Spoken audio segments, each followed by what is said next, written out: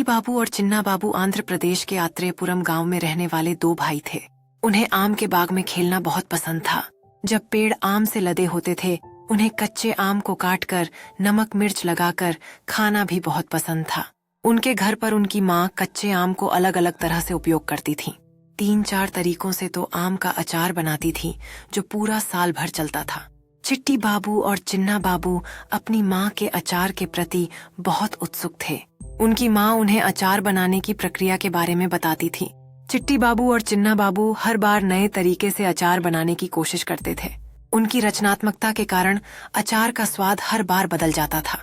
गांव में सभी उनकी माँ के अचार के दीवाने थे। चिट्टी बाबू और चिन्ना बाबू गर्व से हर किसी को अपने अचार के बारे में बताते थे। एक दिन चिन्ना बाबू ने कहा, अम्मा, इतने सारे आम पके रखे हैं, उनका आम पापड़ डीज बना दो।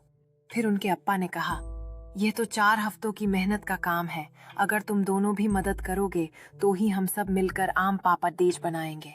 दोनों भाइयों ने मदद के लिए हामी भर दी। अगले दिन सुबह दोनों भाई अपने अप्पा के साथ बाजार गए।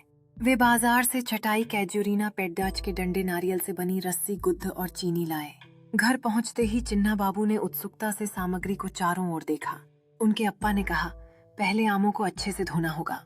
चिन्ना बाबू और उसके भाई ने सुखद पानी से आमों को धोना शुरू किया। फिर अप्पा ने आमों को छीलने और काटने का काम शुरू किया।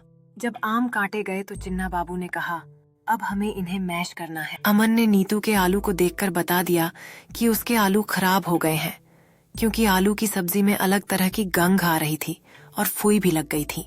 यदि नीतू इन आलू को खा लेती तो वह अवश्य ही बीमार पड़ DDDH जाती और उसका पेट खराब हो जाता। इसीलिए उसकी सहेली प्रीति ने उसे आलू खाने से मना कर दिया था। किसी भी खाने के खराब होने से उसकी गंध बदल जाती है और फफूंदी आने लगती है। खाने के खराब होने का पता लगाने के लिए हम ब्रेड का प्रयोग कर सकते हैं। यदि हम ब्रेड पर कुछ पानी की बूंदें लगाकर रख दें तो वह 2-3 दिन में ही खराब हो जाएगी। खराब होने पर उसमें फफूंदी आ जाती है। इसलिए हमें हमेशा खाने की गुणवत्ता और ताजगी पर ध्यान देना चाहिए।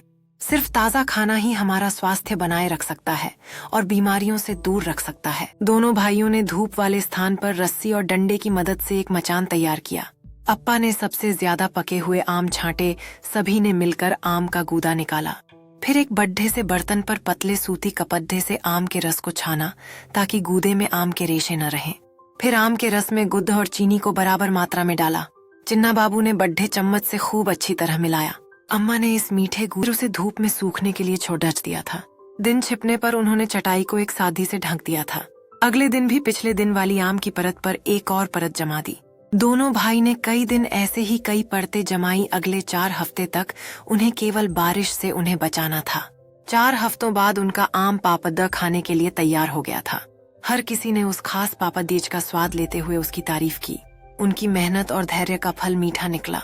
अब यह आम पापड़ डीज उनकी परंपरा का एक अमूल्य हिस्सा बन गया। दोनों भाइयों ने यह तय किया कि वे हर साल इसी तरह आम पापड़ डीज बनाएंगे।